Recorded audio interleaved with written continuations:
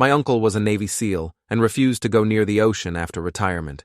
He finally told me what pulled his team underwater. My Uncle Garrett died 3 weeks ago in his landlocked Montana cabin, 800 miles from the nearest coastline. The official report said heart attack, but I know better now. I know what really killed him, what had been slowly killing him for the past 19 years since he left the Navy. He was 52 when he died, which seems young until you understand that he'd been living on borrowed time since 2004, running from something that should have taken him back then. I'm his nephew Michael, and I'm writing this down because Garrett made me promise I would, made me swear on our family name that I'd document everything he told me during those final days when the morphine wasn't enough to keep the nightmares away, and he finally broke his silence about what happened during Operation Serpent's Cradle. That's not the mission's real name, obviously. It's been redacted and classified and buried under so many layers of government denial that even mentioning it probably puts me on some kind of list. But Garrett said that's what they called it among themselves, a joke that stopped being funny the moment they hit the water. I should probably start by explaining who Garrett was before that mission, before whatever happened in those depths changed him into the paranoid recluse who spent his final years barricading himself in Montana's wilderness. He'd been the golden child of our family, the one everyone pointed to as proof that hard work and dedication could take you anywhere. High school valedictorian, Division I wrestler, accepted to Annapolis before deciding that wasn't elite enough and going straight for Bud S training instead. He made it through Hell Week when 80% of his class rang out, earned his trident, got assigned to SEAL Team 3, and deployed to Iraq during the height of the conflict. My dad, his older brother, used to say that Garrett was born without fear, that he had ice water in his veins and could stare down death without blinking. I remember visiting him once when I was 12, right before his second deployment, and he'd seemed larger than life, tanned and muscular, and radiating confidence that made everyone around him stand a little straighter. He'd talked about the Navy like it was his calling, his purpose, the thing he was meant to do with his existence. Then came 2004 and Operation Serpent's Cradle, and when Garrett came back 6 months later, he was a different person entirely. Not in obvious ways at first, not in ways that made the Navy brass concerned enough to deny his request for early discharge. He still looked physically capable, still had the build and the bearing of an operator, but something fundamental had shifted in his eyes. Some essential piece of him had been scooped out and replaced with a hollow wariness that never went away. He stopped talking about the Navy, stopped responding to messages from his old team members, turned down invitations to reunions and memorial services. Most notably, he moved to Montana and refused to go anywhere near large bodies of water. Not just the ocean, but lakes, rivers, even swimming pools made him visibly uncomfortable. My dad tried to get him to go fishing once, their old bonding activity from childhood, and Garrett had a full-blown panic attack just looking at the lake. After that, everyone in the family learned not to push, not to ask questions, to just accept that Garrett had his reasons and we should respect them. For 19 years, that's how things stayed. Garrett living alone in his cabin working odd jobs and construction gigs that kept him busy, and the rest of us pretending not to notice how he'd check every window 3 times before bed, or how he'd wake up screaming in the middle of the night. I visited him occasionally, maybe twice a year, driving up from Denver where I worked as a software engineer. The visits were always strange, Garrett clearly happy to see family but also tense, like he was waiting for something to happen, for some invisible timer to run out. His cabin was in serious isolation, no neighbors for 5 miles in any direction, no internet, barely any cell service. He had a ham radio setup that he monitored obsessively, and shelves full of canned goods, like he was preparing for an apocalypse that only he knew was coming. I asked him once, maybe 8 years ago, why he lived like this, what he was so afraid of. He'd looked at me with those hollow eyes and said that I should be grateful I didn't know, that ignorance was the only real protection any of us had.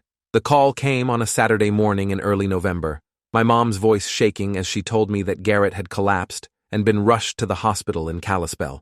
By the time I made the 6-hour drive, he'd already been diagnosed with acute heart failure, his cardiac muscle showing damage patterns that the doctors said looked like he'd been under extreme stress for years. They gave him maybe 2 weeks, offered to make him comfortable. Garrett refused hospitalization, signed himself out against medical advice, and had me drive him back to his cabin. During that drive, he was quiet, staring out the window at the passing landscape with an expression that looked almost relieved. When I asked him what he was thinking, he said he was surprised he'd made it this long, that he'd expected something else to get him years ago. I didn't understand what he meant at the time, assumed it was the morphine talking. I helped him into bed, made sure his pain medication was within reach, and prepared to spend the next however long watching my uncle die slowly in this isolated cabin. That first night, he was restless, tossing and turning despite the medication, mumbling things I couldn't quite make out.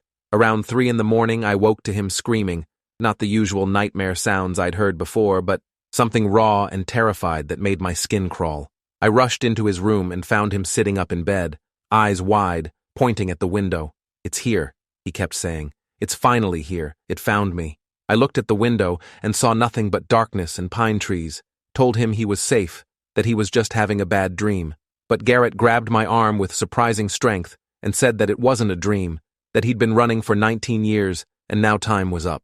He looked at me with complete lucidity, despite the pain medication, and asked if I wanted to know the truth about what happened during Operation Serpent's Cradle, about why he'd spent nearly 2 decades hiding in the mountains, about what was coming for him now that he was too weak to run anymore. I told him yes, of course I wanted to know. I'd wanted to know for years what had broken him so completely. He studied my face for a long moment, and then said that once he told me, I'd be in danger too, that knowing about it seemed to attract its attention somehow.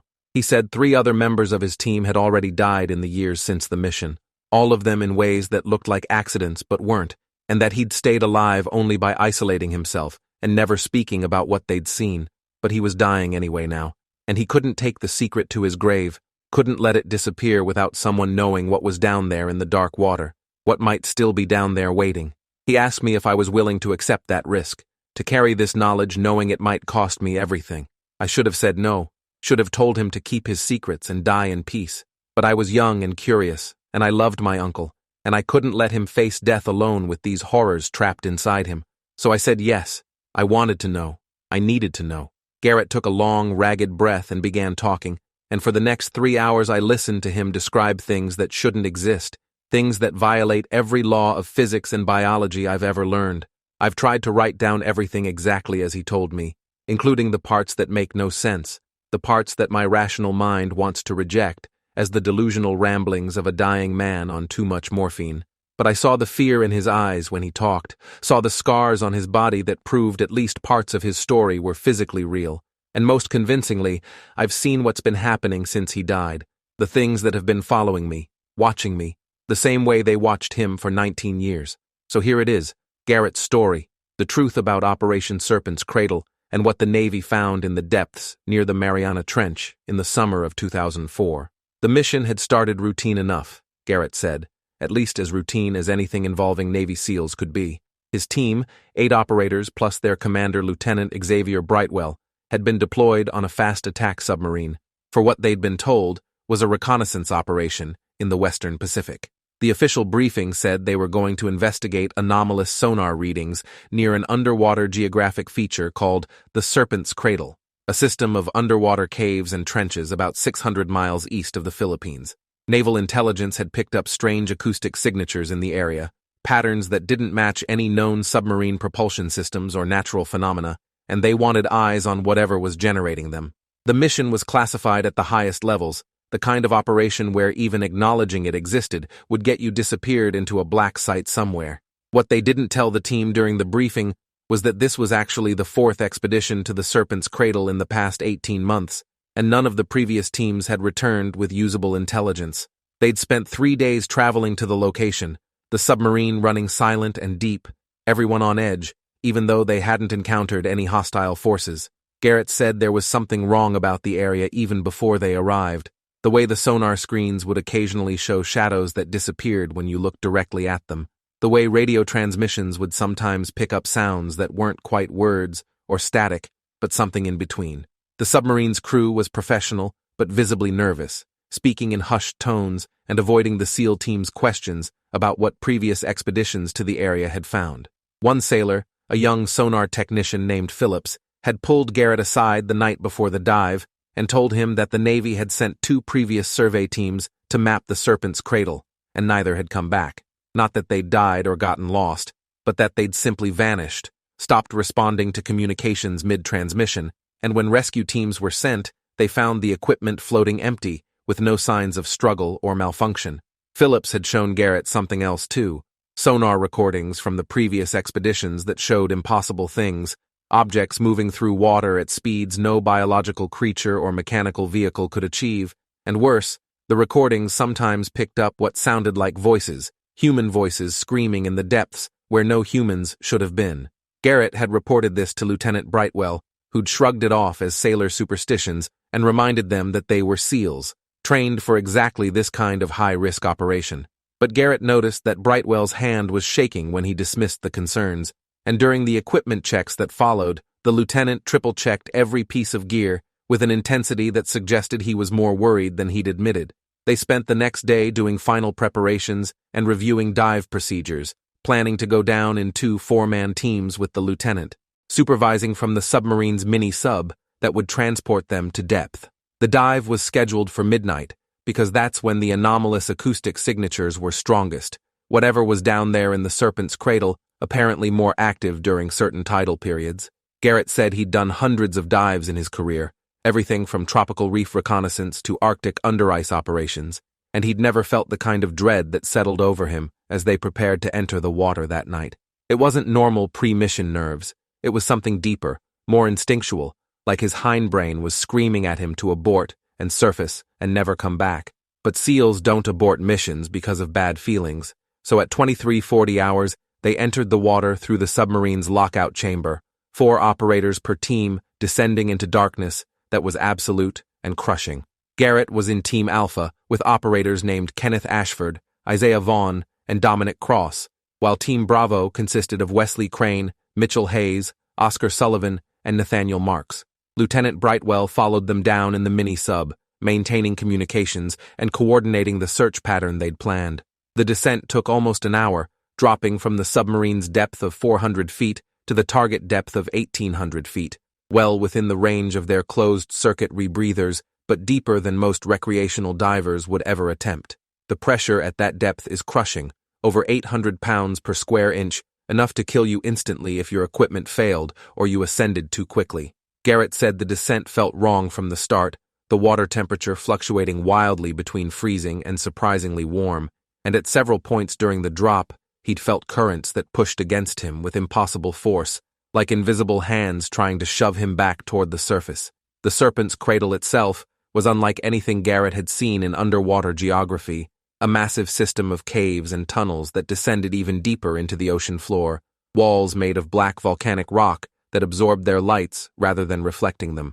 The acoustic anomalies that had drawn the Navy's attention seemed to be coming from somewhere deep within the cave system, a low-frequency thrumming that you could feel in your chest rather than hear properly.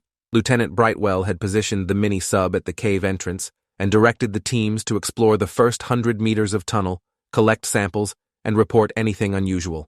Simple directives, Garrett said, but every instinct he had was telling him to turn around and swim away as fast as possible, to get back to the submarine and convince the captain to torpedo this entire area until it was just rubble and dead water. Kenneth had made a joke to lighten the mood, something about how this cave system looked like the world's worst water slide, but nobody had laughed, the tension too thick for humor to penetrate. Team Alpha took the left tunnel while Team Bravo went right, both teams maintaining visual contact through a buddy line system and regular radio checks every 5 minutes. The tunnel was narrow enough that they had to swim single file, Garrett in third position behind Kenneth and Isaiah, with Dominic bringing up the rear. The walls were covered in some kind of biological growth that their lights showed as black and fibrous, almost hair-like in texture, waving slowly in the current, despite there being no current that deep.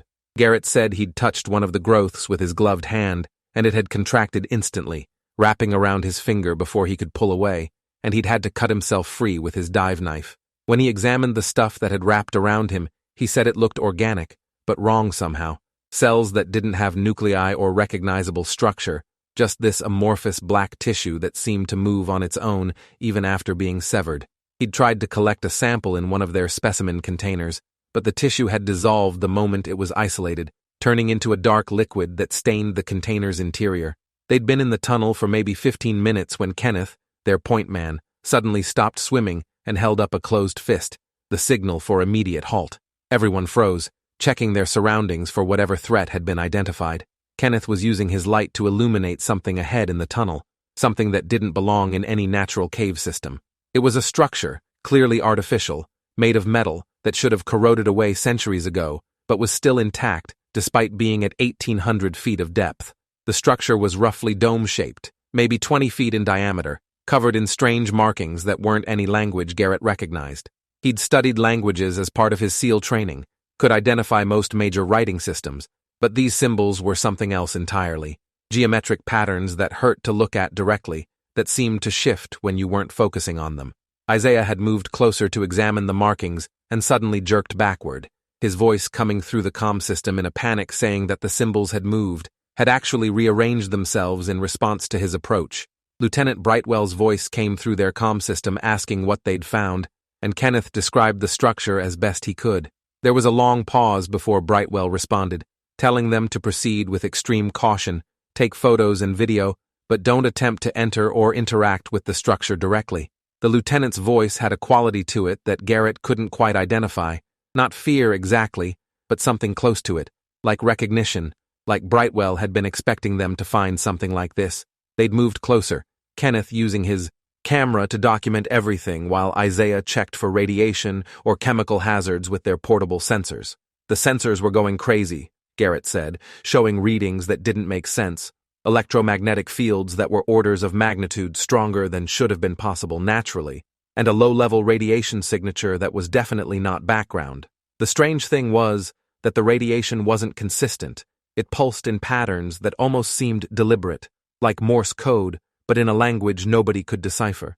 Isaiah had reported these findings to Brightwell, who'd ordered them to back away from the structure and prepare for immediate extraction. But before they could begin their exit, something changed. The low-frequency thrumming that they'd been feeling since entering the cave system suddenly intensified, becoming almost painful, vibrating through their bodies and equipment. Garrett said it felt like being inside a massive speaker, the pressure waves strong enough to make his vision blur and his teeth ache. Then the structure began glowing, a pale bioluminescent blue that illuminated the entire tunnel with light that seemed to come from inside the metal itself. The symbols on its surface were moving now, definitely moving, rearranging themselves into new patterns, like some kind of equation being constantly solved and resolved. Kenneth had started swimming backward away from the structure, and the rest of Team Alpha followed, but they'd only made it a few meters when Isaiah's voice came through the comm in a panic, shouting that something was wrong with his rebreather, that he couldn't breathe properly, that his chest felt like it was being crushed from the inside. Garrett turned to help Isaiah and saw that his friend's rebreather was functioning perfectly, the gauges showing normal oxygen levels and carbon dioxide scrubbing. But Isaiah was clearly in distress, clawing at his mask and making choking sounds, even though his equipment showed no malfunction. Kenneth and Garrett had moved to either side of him, trying to calm him down and check his gear, when they noticed something horrifying. There was something inside Isaiah's mask with him, something that definitely hadn't been there seconds ago. It looked like black water, not quite liquid but not quite gas, flowing in through the edges of his mask despite it being sealed properly. Isaiah was inhaling this substance, and wherever it touched his skin, it left marks, dark stains spreading across his face like frostbite or chemical burns. Dominic had grabbed his arm, trying to stabilize him, while Garrett tried to figure out what was happening. But the black substance was spreading faster now, not just on Isaiah's face but down his neck, visible through the collar of his wetsuit. They'd tried to remove his mask to clear whatever was contaminating his breathing system, but the moment Kenneth touched the mask, it shattered, just fell apart into fragments despite being made of reinforced polycarbonate that should have withstood incredible pressure. Isaiah's face was fully exposed to the water now, no protection at 1,800 feet of depth, and by all logic, he should have died instantly from the pressure differential. But he didn't die. He just kept thrashing and screaming silently in the water, his mouth open impossibly wide, wider than human jaw structure should allow, and that black substance was pouring into him, filling him from the inside out. Garrett said he could see it moving under Isaiah's skin, spreading through his body like ink in water, tracing the path of his veins and arteries, and Isaiah's eyes had changed color, no longer brown, but completely black, including the whites, just solid black orbs that stared at nothing and everything simultaneously. Lieutenant Brightwell was shouting through the comm system, demanding to know what was happening, but none of them could form coherent responses. They were all frozen in horror watching their team member transform into something that wasn't human anymore. Kenneth was trying to report the situation, but could only manage broken fragments of words, and Garrett realized that his own voice wasn't working either, that the thrumming from the structure had intensified to the point where it was interfering with their ability to speak or think clearly. Then Isaiah had stopped thrashing and gone completely still, suspended in the water in a position that should have been impossible to maintain naturally, perfectly horizontal and motionless, despite the slight current. For maybe 3 seconds nothing happened. Just Isaiah floating there with his black eyes and that substance visibly moving under his skin like thousands of tiny worms writhing beneath the surface. Then he'd turned his head toward Garrett, moved with a speed that no human neck could safely handle, a full 180-degree rotation that should have broken his spine, and smiled. Garrett emphasized this part when telling me the story, made me understand that what he saw wasn't Isaiah anymore, that whatever was wearing his friend's body was something else entirely, something ancient and hungry and utterly alien to human existence. The smile was wrong in ways that were hard to articulate, too wide and showing too many teeth. Teeth that hadn't been there before, sharp and irregular like a shark's mouth. Isaiah, or the thing controlling Isaiah, had opened its mouth, and Garrett could see that the inside was completely black, no tongue or throat visible, just an abyss that seemed to go on forever. Then it had spoken, not through the comm system, but somehow directly into their heads, a voice that was layered and echoing and made from sounds that shouldn't be possible for human vocal cords to produce.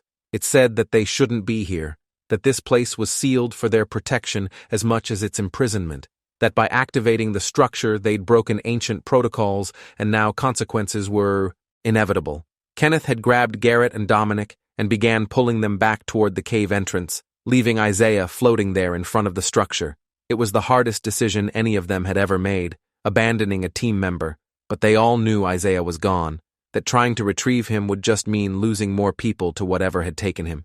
They'd made it maybe 30 feet when they heard Isaiah moving behind them, not swimming but moving through the water in a way that should have been physically impossible, jerking and stuttering like a film with frames missing. They'd looked back and seen him pursuing them, moving faster than any human could swim even with fins, his body contorting in ways that should have broken bones, arms bending backward at the elbows, head rotating too far, legs kicking at angles that made no anatomical sense. That black substance was leaking from his eyes and mouth, leaving trails in the water that glowed with the same blue bioluminescence as the structure, and wherever the trails touched the cave walls, the black hair-like growth would writhe and reach toward them. Garrett had been the last in line during their retreat, meaning he was closest to whatever Isaiah had become, and he'd watched in absolute terror as their former teammate closed the distance with supernatural speed. He'd drawn his dive knife, the only weapon they carried besides small arms that would be useless underwater, and prepared to fight something he knew he couldn't win against. Isaiah, or the thing wearing him, got close enough that Garrett could see details he wished he couldn't, the way the skin was stretching and tearing as whatever was inside tried to accommodate itself to human biology, the way additional eyes were opening across its body wherever the black substance had spread, eyes that weren't human eyes, but something more primitive and predatory. Just before Isaiah reached them, Team Bravo's voice came through the comm system, Mitchell Hayes screaming that they'd found something in their tunnel, that they needed immediate extraction, that everyone needed to get out now, that the walls were moving and there were things in the walls and oh God, they were coming out. The urgency in Hayes' voice must have gotten through to whatever was controlling Isaiah, because the thing stopped its pursuit and turned back toward the structure, moving away from them with the same impossible speed. Garrett said he watched Isaiah's body contort one final time before disappearing back into the glowing blue light, and he could have sworn he saw his friend's actual face for just a moment, breaking through whatever was possessing him, and the expression was one of pure agony and pleading, like Isaiah was still conscious somewhere inside that nightmare and begging them to kill him. Lieutenant Brightwell had ordered both teams to abort the mission and return to the mini-sub immediately. Forget the samples and documentation, just get out. Team Alpha had started ascending, following their guideline back toward the cave entrance, when the entire system suddenly flooded with that same pale blue bioluminescence. Every surface was glowing now, the walls, the strange hair-like growth, even the water itself seemed to be lit from within, and Garrett could see things moving in the walls that he'd thought were solid rock. The walls weren't solid at all, he realized. They were honeycombed with thousands of small chambers, each one containing something that looked vaguely humanoid but wrong, Wrong in the way that Isaiah had been wrong, bodies suspended in some kind of fluid or stasis, and they were all starting to wake up. Garrett could see eyes opening in those chambers, black eyes like Isaiah's, and the chambers were beginning to crack open, releasing whatever had been sleeping inside for who knows how long. Kenneth had seen it too, and was screaming at everyone to swim faster, that they needed to reach the entrance before whatever was waking up got free. They'd reached the cave mouth and found the mini-sub waiting, Lieutenant Brightwell gesturing frantically for them to board, his face visible through the sub's viewport showing an expression of controlled panic. Kenneth and Dominic made it inside, but as Garrett was grabbing the entry handle, he'd looked back into the cave one last time and immediately wished he hadn't. What he saw there would haunt him for the rest of his life. Images that would play on repeat during every nightmare, every moment of paranoia, every time he closed his eyes. The entire cave system was visible now in that blue light, and it went down much deeper than they'd thought, kilometers down into the ocean floor, and the tunnels weren't natural at all. They were corridors, architecture, a massive underground structure that stretched impossibly far in all directions. And moving through those corridors were things that looked vaguely human-shaped, but wrong in fundamental ways, swimming or crawling or moving through dimensions that Garrett couldn't fully perceive. Hundreds of them, maybe thousands, all heading toward the cave entrance, toward the surface, toward escape. Some of them looked fresh, recently transformed, still wearing remnants of military gear from various eras and nations. Others looked ancient, their bodies adapted to the depths in ways that had nothing to do with human evolution, with additional limbs and organs that served purposes Garrett couldn't guess at. He'd realized in that moment that they hadn't been sent to investigate an anomaly. They'd been sent to check whether something was breaking out, whether the containment that had held these things for however long was finally failing. He'd scrambled into the mini-sub, and Brightwell had sealed the hatch, beginning immediate ascent, while radioing the submarine to prepare for emergency retrieval and possible hostile contact. Through the mini-sub's portholes, they could see the cave entrance glowing brighter and brighter. And then the first of those things emerged into open water, moving with purpose toward the submarine's position 400 feet above. Brightwell was piloting the mini-sub as fast as it would go, racing against whatever was pursuing them, and Garrett could hear something impacting the hull, not like debris but like deliberate strikes, something testing the structure's strength, trying to find weak points. Kenneth had been looking through the rear porthole and he'd started screaming. Not words, just this raw sound of absolute terror that Garrett had never heard from a fellow SEAL. And when Garrett looked, he'd seen faces pressed against the glass, human faces with black eyes and mouths open too wide, dozens of them surrounding the mini-sub. And he'd recognized some of them, seen people he knew, sailors from previous expeditions based on their gear, all of them transformed into whatever Isaiah had become. One face in particular stood out, a woman wearing the remains of a French naval uniform from what looked like the 1960s, her name tag still partially visible reading Bernier. She'd been pressing her face against the porthole and mouthing words that Garrett couldn't hear but could somehow understand anyway, warning them that they couldn't stop what was coming, that the seals were broken and the deep ones were waking, and humanity's time on the surface was measured in decades at most. The mini-sub had docked with the submarine in record time, everyone scrambling through the lockout chamber while Brightwell was shouting at the captain to blow ballast and surface immediately, that they had hostiles in pursuit and needed to evacuate the area at maximum speed.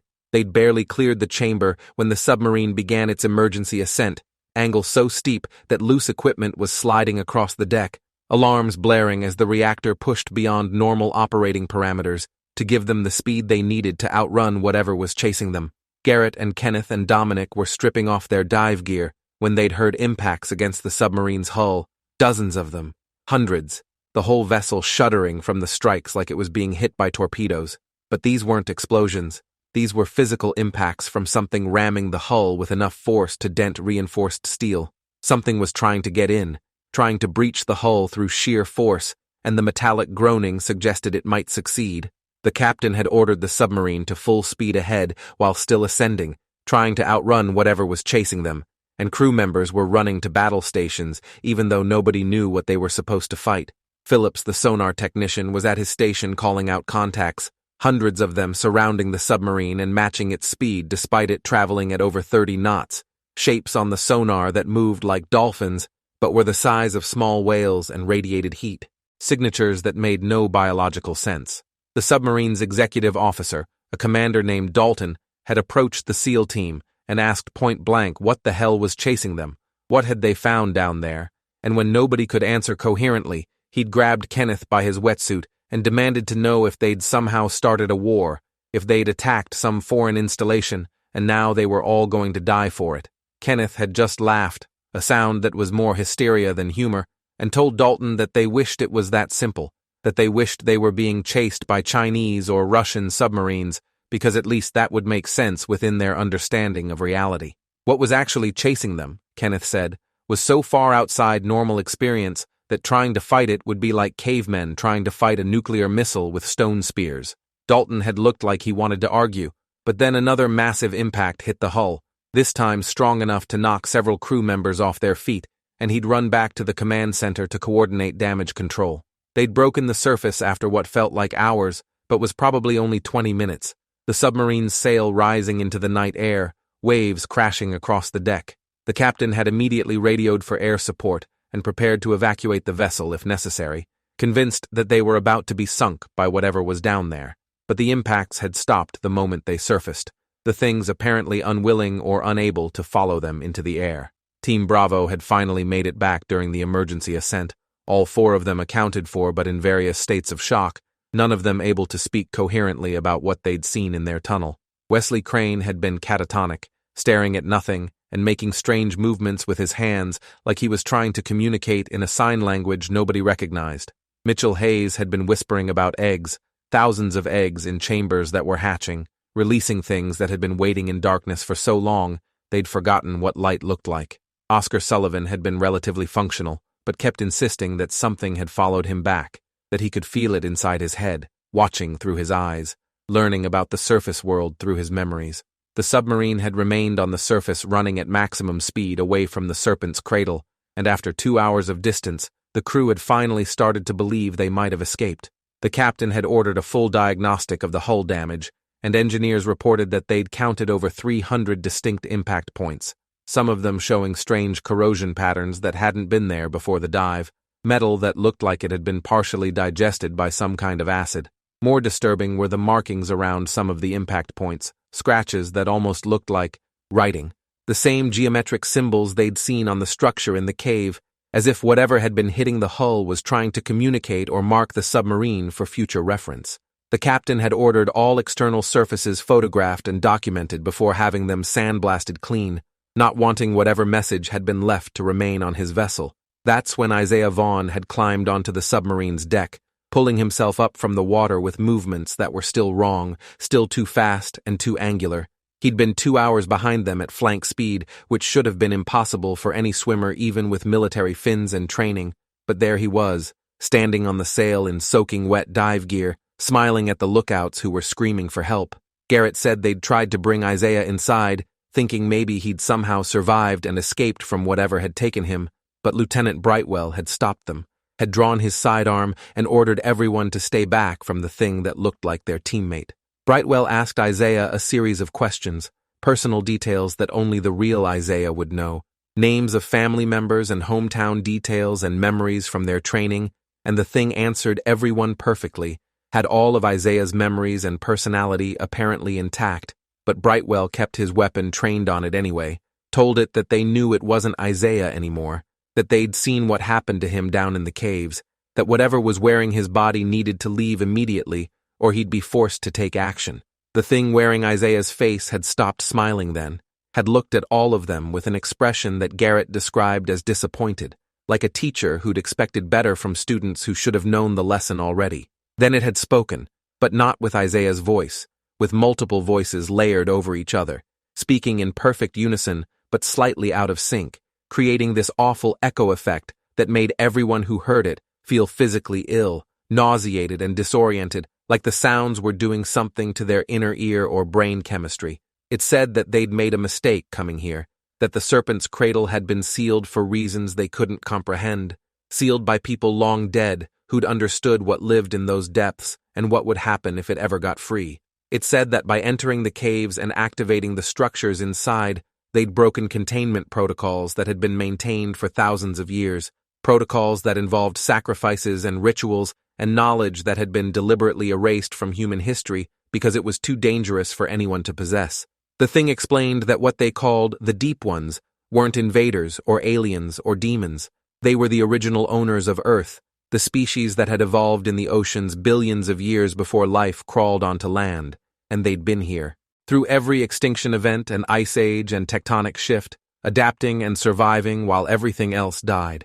Humanity was a temporary phenomenon in their perspective, a blink of geological time, interesting but ultimately irrelevant to the long arc of planetary history.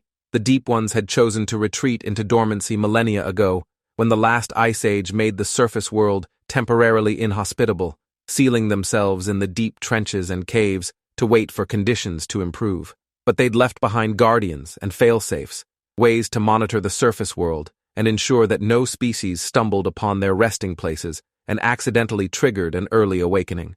The structures in the serpent's cradle were supposed to be impossible to find, surrounded by geographic and psychic barriers that would turn away anyone who got close, but modern human technology had become sophisticated enough to pierce those barriers, and now the consequences were unavoidable. Lieutenant Brightwell had asked what the Deep Ones wanted, what they would do now that they were waking up, and the thing had laughed with Isaiah's mouth, but a sound that came from something infinitely old and cruel, a sound that had harmonics no human voice could produce. It said that the Deep Ones weren't trying to wipe out humanity, they were trying to recruit us, to offer us a choice between extinction and transcendence.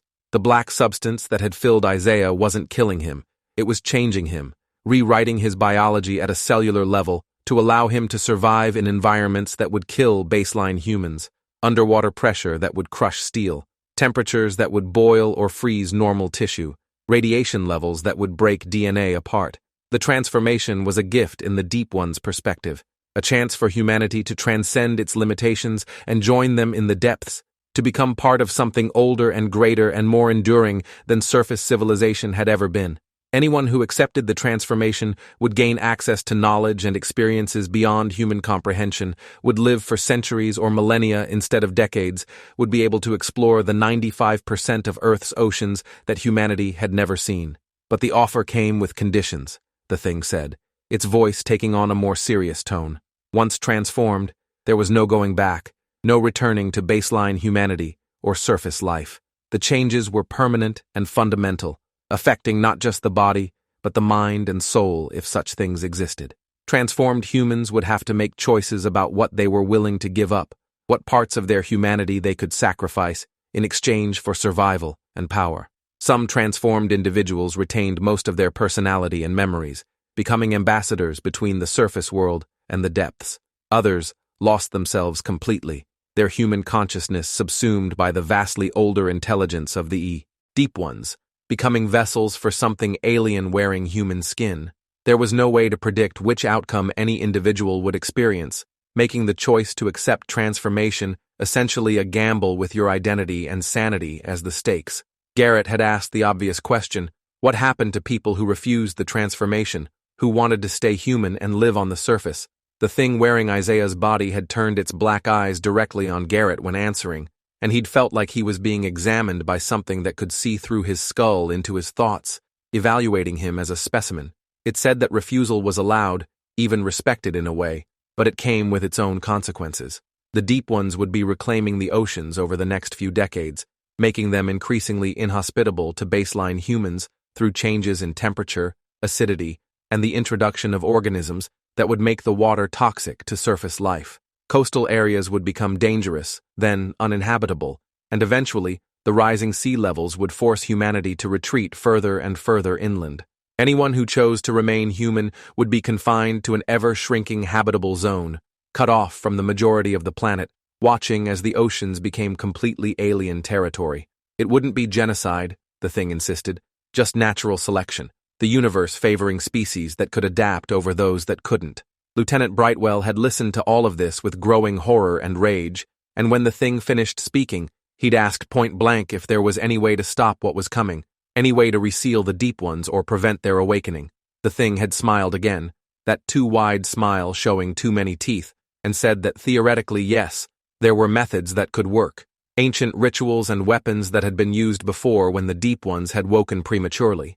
But those methods required knowledge that humanity had lost, artifacts that had been deliberately destroyed or hidden, and sacrifices that no modern person would be willing to make.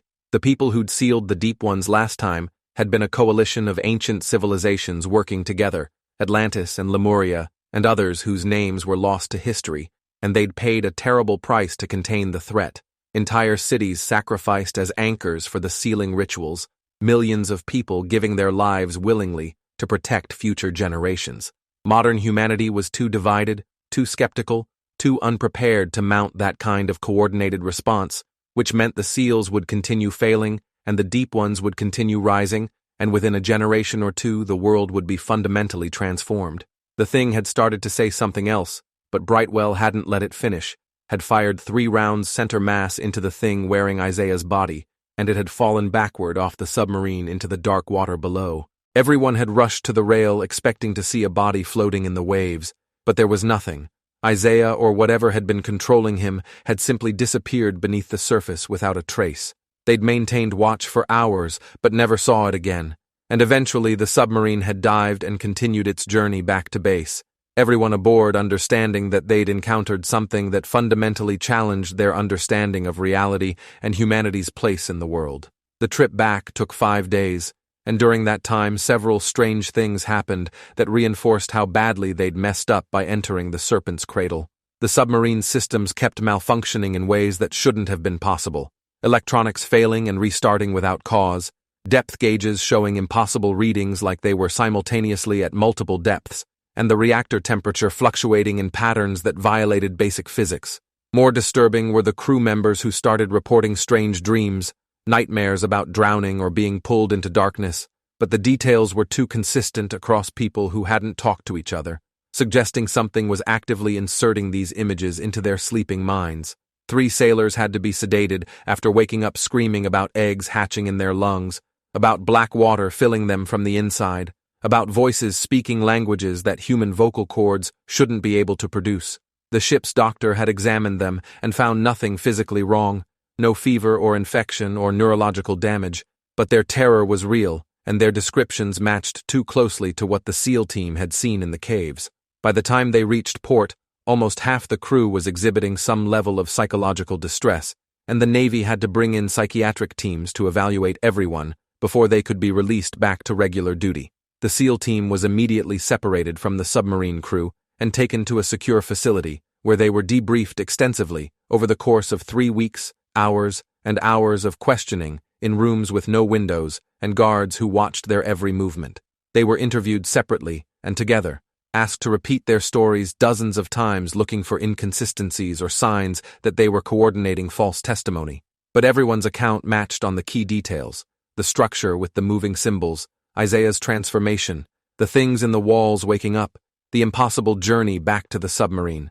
The debriefers included intelligence officers and scientists, and people whose credentials weren't explained, but who asked extremely technical questions about the Deep One's biology and technology. Garrett said he got the strong impression that the Navy already knew about the Deep Ones, that this wasn't the first encounter, and they were using the team's testimony to fill in gaps in existing knowledge, rather than learning about the threat for the first time. Of course, they had a lot of questions, Garrett said, but no matter how many they asked, they weren't getting satisfying answers back from the debriefers. They were simply told to wait, to be patient, that decisions were being made at levels far above their pay grade about what would happen next and how the government would respond to this situation. They spent their days in a kind of limbo, confined to barracks with nothing to do but play cards and work out and avoid thinking about what they'd seen.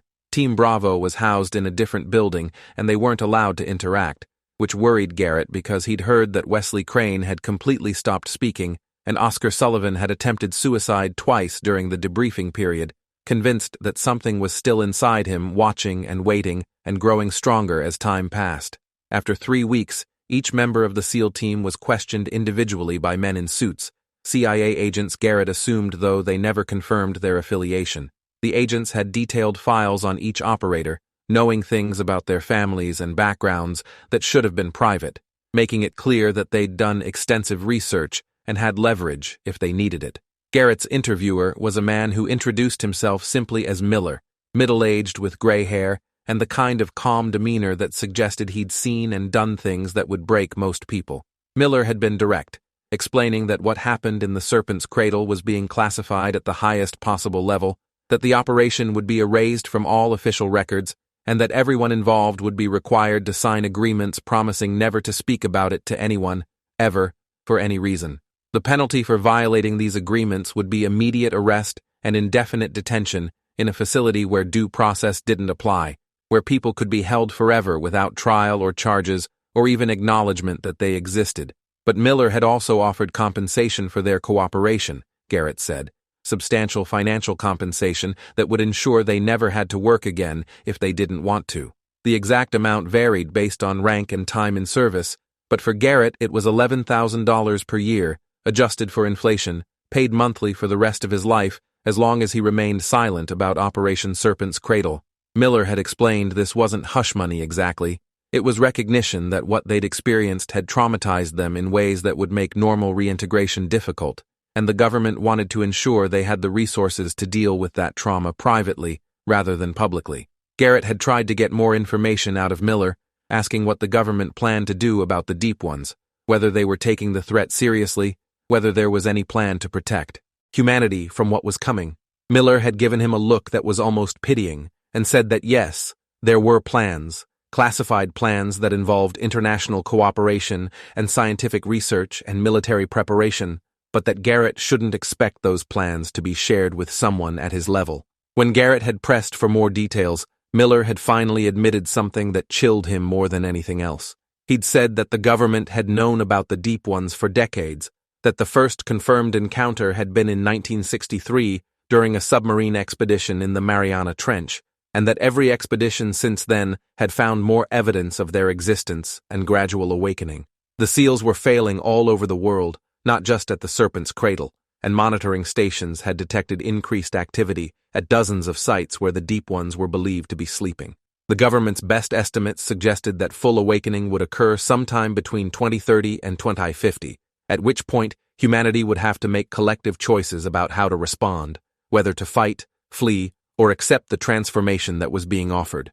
But publicly acknowledging any of this would cause mass panic and societal collapse, so the policy was containment and preparation, keeping the truth hidden while quietly building infrastructure and capabilities that might be needed when the crisis finally became undeniable.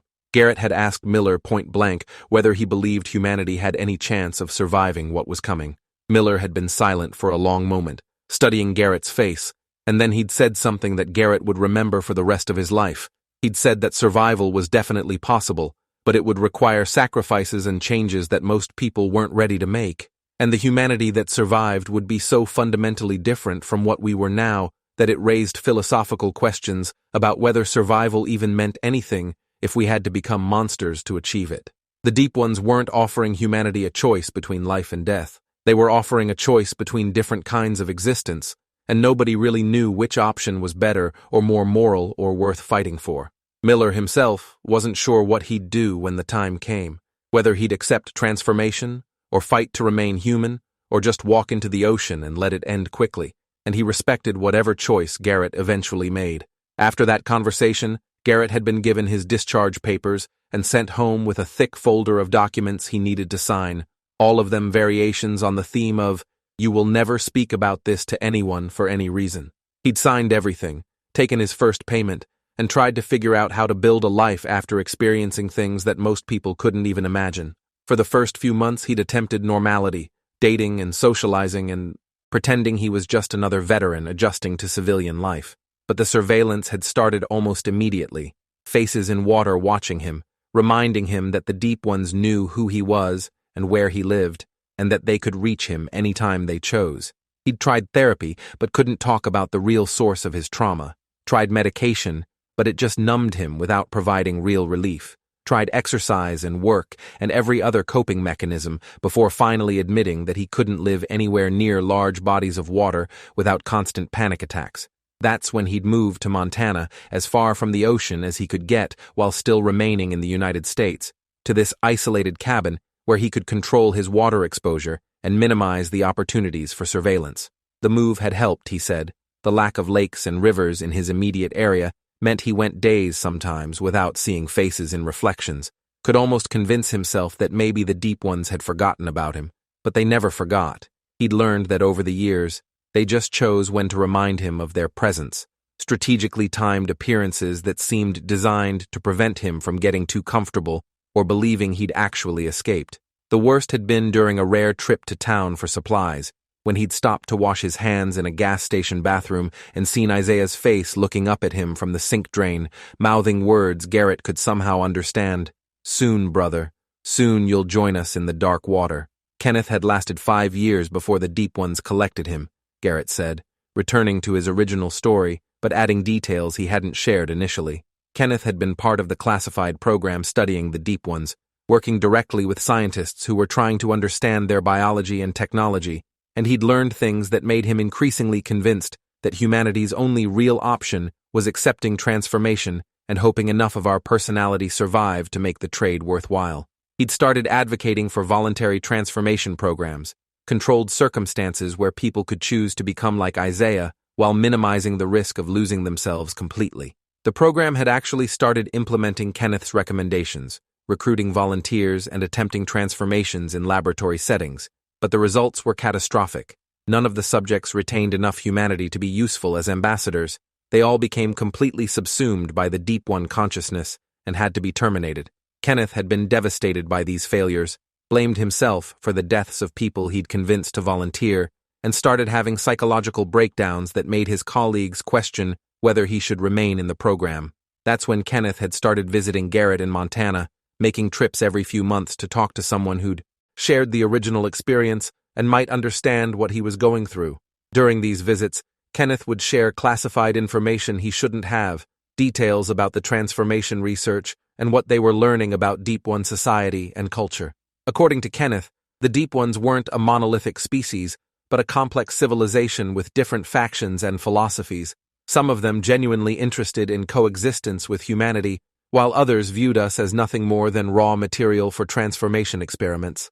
The structures in the Serpent's Cradle weren't just seals, they were prisons containing the most aggressive faction of Deep Ones, the ones who'd wanted to wipe out surface life entirely, rather than offering the choice of transformation. By activating those structures, the SEAL team had potentially released the most dangerous elements of Deep One society, the ones who saw humanity as a threat to be eliminated, rather than a species to be recruited.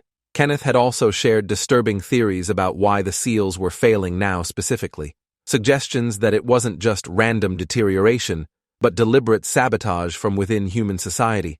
There were apparently people, organizations, maybe entire governments who were working to accelerate the Deep One's awakening, either because they'd already been transformed and were serving as agents, or because they'd been promised favorable treatment when the transformation became global. These collaborators had been systematically weakening the ancient SEALs through specific types of pollution, deep-sea mining, and submarine activities designed to look like normal human industrial expansion, but actually serving to degrade the containment systems that had held the Deep Ones for millennia.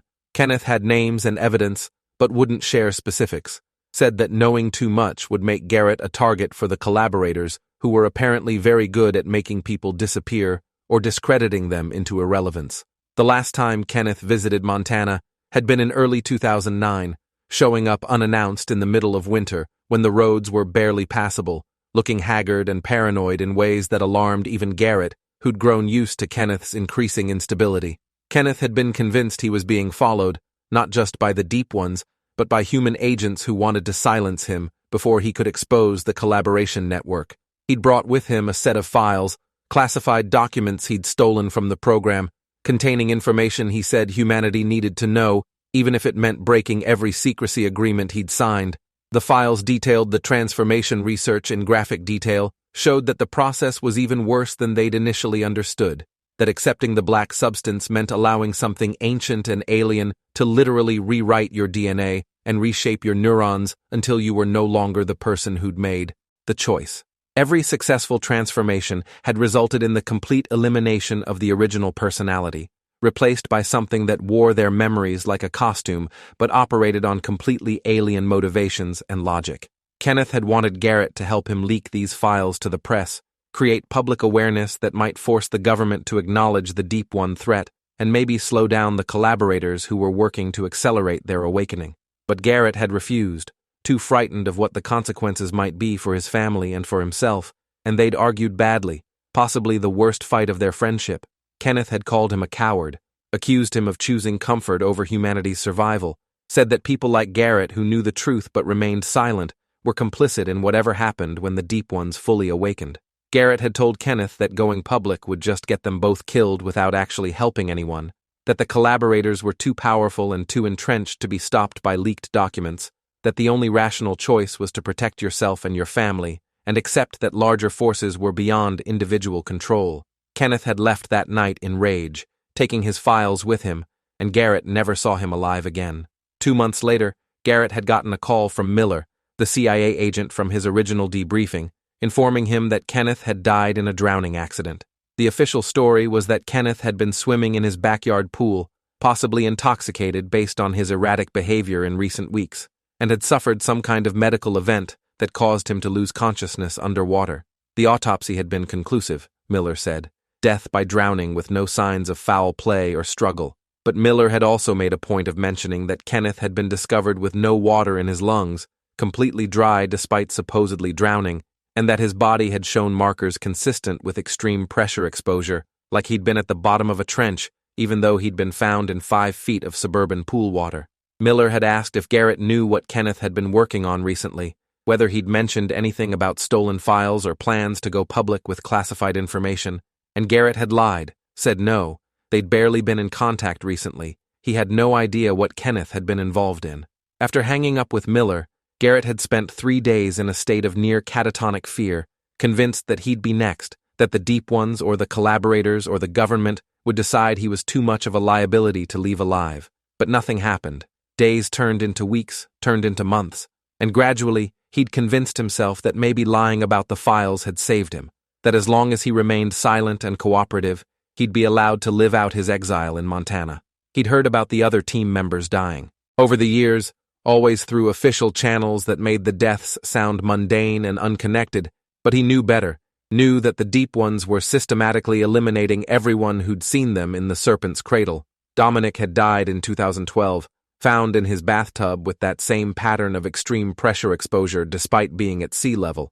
Wesley Crane had died in 2011, his car found during a rainstorm with him inside, apparently drowned even though the vehicle was sealed.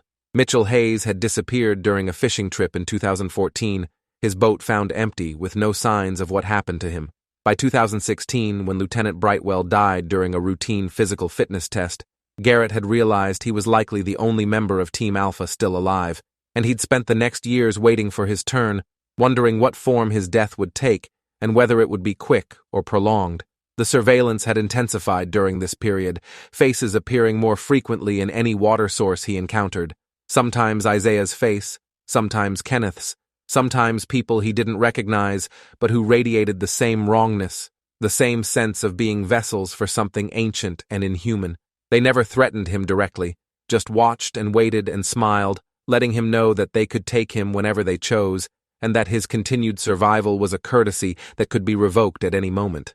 The psychological toll of living under that kind of constant threat had been devastating, Garrett admitted, worse than any combat stress or trauma from his military service, because at least in war, you could fight back or find cover or eventually go home. There was no home from the Deep Ones, no safety anywhere on a planet that was 95% ocean, no escape from creatures that could observe through any water source and move through dimensions humans couldn't perceive. Garrett had tried to find Nathaniel Marks during this period, the last surviving member of Team Bravo, who'd supposedly found some way to protect himself through extreme isolation in the Australian outback. But Marks had gone completely off-grid, no phone or email or any way to contact him, and Garrett's attempts to hire private investigators to locate him had all failed, with the investigators reporting back that they'd found no trace of anyone matching his description in Australia. Either Marks had died without anyone notifying the other survivors, or he'd found a way to become truly invisible, or possibly he'd accepted transformation and was now working for the Deep Ones while maintaining a fictional identity as a survivor. That uncertainty had added another layer of paranoia to Garrett's existence, wondering if any of the information Marks had shared about Deep One society and their plans had been disinformation designed to manipulate the survivors into specific behaviors or beliefs. The heart attack that finally brought Garrett down hadn't been natural, he'd told me in those final days. It was the result of nearly 2 decades of constant stress and hypervigilance, of never sleeping deeply or feeling truly safe, of maintaining a state of alertness that human bodies weren't designed to sustain indefinitely. His cardiovascular system had literally worn out from the chronic elevation of stress hormones and blood pressure that came from knowing that predators were watching him through every puddle and shower and rainstorm. The doctors had been confused by how rapidly his condition deteriorated, how aggressive the heart failure was for someone who didn't smoke or drink heavily or have family history of cardiac problems. But Garrett understood perfectly, had been expecting something like this for years, had actually been hoping that his body would give out before the Deep Ones decided to collect him directly. At least dying from heart failure meant he'd die as himself, as Garrett, rather than being transformed into one of those things swimming in the dark water. Except the Deep Ones weren't going to let him have even that small mercy, he'd realized during those final days in the cabin when his condition was deteriorating faster than the doctors predicted. They were speeding up his death somehow, draining his life force or manipulating his biology from a distance, ensuring that he'd die on their schedule rather than his own. He'd known this because of how often Isaiah's face had appeared in every water source, more frequent than ever before, and because of the water leaking from his body, even though he wasn't drinking much. Sweat and tears, and eventually blood that all smelled of deep ocean and contained traces of that black substance that had transformed Isaiah. His body was being prepared for transformation even as it was dying, the Deep Ones hedging their bets, ensuring that whether he died naturally or they claimed him forcibly, the result would be the same.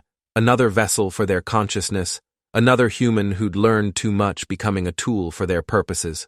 That's why Garrett had called me, he'd explained as his story wound down, why he'd decided to break 19 years of silence and tell someone the truth despite the danger it posed to both of us. He wanted there to be a record, evidence that couldn't be completely erased, testimony from someone who'd seen the Deep Ones firsthand and understood what humanity was facing. If I could document his story and share it widely enough, make it reach enough people that it couldn't be suppressed or dismissed, then maybe it would plant seeds of awareness that would help when the crisis finally became undeniable. People would remember hearing about the Deep Ones before the official revelation, would have mental frameworks already in place for processing information that would otherwise seem insane, would be slightly more prepared to make the terrible choices that were coming. It wasn't much, Garrett admitted. Probably wouldn't change the ultimate outcome, but it was something, a small act of resistance against the inevitability of what was approaching. He'd also wanted me specifically to know because I was family, because he loved me, and couldn't bear the thought of me being caught completely unprepared when the waters rose and the transformations began. He'd given me detailed instructions on how to protect myself, techniques he'd developed over 19 years of survival, knowledge that might buy me a few extra years of human existence before I'd have to make my own choice about transformation or extinction. Stay away from large bodies of water, obviously, but also be careful with rainfall and condensation, with any water that sat still long enough for them to establish a connection. Drink only bottled water that was purchased sealed, never from the tap or wells that might be contaminated with that black substance. If you see faces and reflections, don't engage with them, don't acknowledge their presence, don't let them know you're aware of being watched, because attention seems to accelerate whatever process they use to target individuals. Move frequently if possible, never establishing patterns that they can predict, because they seem to have difficulty tracking people who maintain irregular routines and random schedules. Most importantly, Garrett had said, start building psychological resilience now, before the crisis becomes public, because when it does, the mental health impact on humanity will be catastrophic. People will have to choose between remaining human and facing extinction, or accepting transformation and losing their identity, and that choice will break millions of people who aren't prepared for it. Anyone who knows the truth beforehand and has time to process it will have an advantage, will be able to make more rational decisions instead of acting from panic and desperation. I needed to think seriously about what I valued most, Garrett had told me, whether I'd rather die as myself or survive as something else, whether I'd be willing to sacrifice my human consciousness to preserve some fragment of my personality in a transformed state. There were no right answers to these questions, no moral framework that could guide the decision, just personal values and priorities that each individual would have to determine for themselves. Garrett died that afternoon, slipping away quietly while I was in the next room making coffee, his heart finally giving out after decades of being pushed beyond its limits. When I came back to check on him, he was gone, his body still and peaceful, except for his eyes, which were open and staring at the ceiling with an expression of absolute horror frozen on his face, mouth open impossibly wide, like he'd seen something in those final moments that had terrified him beyond anything he'd experienced in life. His mouth was leaking that dark water that smelled of salt and depth and things that had never seen sunlight, viscous and somehow warm despite the cool cabin air, pooling on his pillow and dripping down to stain the bedsheets black. I'd called for an ambulance but knew it was too late, knew that whatever had been hunting him for 19 years had finally collected its prize, that Garrett's consciousness might already be gone, uploaded or transferred or consumed by something that now wore his body like a discarded costume. The EMTs who arrived commented on how unusual it was to find water in his lungs, given that he'd died of heart failure in a landlocked cabin hundreds of miles from any ocean. They'd written it off as some kind of fluid buildup from his failing cardiovascular system, pulmonary edema perhaps, even though the volume and composition didn't match that diagnosis. I'd watched them load Garrett's body into the ambulance and noticed that one of the EMTs kept staring at his face with a strange expression, like recognition mixed with unease. And when I'd made eye contact with that EMT, I'd seen something in his eyes that made my blood run cold. They were too dark, darker than normal human eyes should be even in the dim cabin lighting, and when he'd smiled at me, it had been that same too-wide smile I'd seen in the photographs from Isaiah's transformation. The EMT knew what had happened to Garrett, was possibly one of them, possibly transformed himself and working in human society as an observer or agent. I'd backed away from the ambulance, and the EMT had just kept smiling, had even winked at me as they drove away with my uncle's body, and I'd understood that this was another message, another reminder that they were everywhere, and I was being watched, and there was nowhere I could hide that they couldn't eventually reach. The funeral was a week later, delayed because the medical examiner wanted to run additional tests on Garrett's body to understand the unusual fluid found in his lungs. They never released those test results publicly, but Miller called me before the funeral and mentioned casually that the fluid had been seawater, specifically seawater from depths below 5,000 feet, where the pressure and salinity and mineral content were different from surface oceans. He'd asked if I knew how seawater from the abyssal zone could have ended up in Garrett's lungs in a Montana cabin, asked if Garrett had said anything unusual before he died, anything that might explain these anomalous findings. I'd lied convincingly, said Garrett had been heavily medicated and mostly unconscious in those final days, hadn't said anything coherent at all, definitely hadn't mentioned anything about seawater or transformations or creatures from the deep. Miller had seemed to accept this, though his tone suggested he didn't entirely believe me, and he'd reminded me that if I ever needed to talk about anything at all, I should call him directly, rather than sharing information through less secure channels. The funeral itself was surreal, a small gathering of family members and old friends who'd drifted away from Garrett over the years, but felt obligated to attend. I'd given a brief eulogy that talked about his service and sacrifice without mentioning any specifics, and I'd watched my mother cry for the brother she'd lost decades ago, even though his body was only now being buried. The cemetery was on a hill overlooking a small stream that fed into a larger river system, and during the burial service I'd noticed the water looked strange, darker than it should be, and when I'd looked closely, I'd seen faces in the current, dozens of them, all watching the funeral, all smiling. Other attendees had noticed too, several people commenting on how the water looked polluted or contaminated, how it seemed to move against the natural flow patterns, but nobody connected these anomalies to anything supernatural or threatening. After everyone left, I'd stood alone at Garrett's grave for a long time, looking at the fresh earth and the temporary marker, and I'd noticed the ground around the burial site was wet, despite no rain having fallen, puddles forming in impossible places, and every puddle contained faces looking up at me with those black eyes and predatory smiles. That was 3 weeks ago, and since then, I've been experiencing everything Garrett described during his 19 years of isolation. The surveillance through water, the faces in reflections, the sense of being constantly watched by something ancient and hostile and infinitely patient. I've seen Isaiah's face in my bathroom mirror, Kenneth's face in rain puddles outside my apartment, faces I don't recognize in the condensation on windows, all of them watching me with that same expression of amused patience, like they're waiting for me to accept the inevitable and stop resisting what's coming. I've moved to a new apartment specifically chosen for being in the driest neighborhood I could find in Denver, but they still find me, still watch me, still remind me daily that nowhere is truly safe. I've tried to tell people about what Garrett told me, shared his story online under anonymous accounts, sent detailed emails to journalists and scientists and anyone who might take the threat seriously, but most dismiss it as creative fiction or grief-induced delusion, and the few who believe me are probably already on lists themselves, marked as people who know too much. The worst part isn't the surveillance itself, it's the knowledge that comes with it, understanding that everything Garrett warned about is true and accelerating. I've started noticing news articles about unusual ocean behavior, inexplicable temperature fluctuations, and species die-offs and acoustic anomalies that sound exactly like what the SEAL team encountered at the Serpent's Cradle. There are more reports of deep-sea equipment malfunctioning in ways that engineers can't explain, submarines detecting large objects moving at impossible speeds, oil drilling platforms abandoned after workers reported seeing things in the water that official statements attribute to hallucinations or group hysteria. The patterns are there for anyone willing to look, evidence of something massive waking up in the depths, preparing to reclaim a planet that had always belonged to them long before humans existed.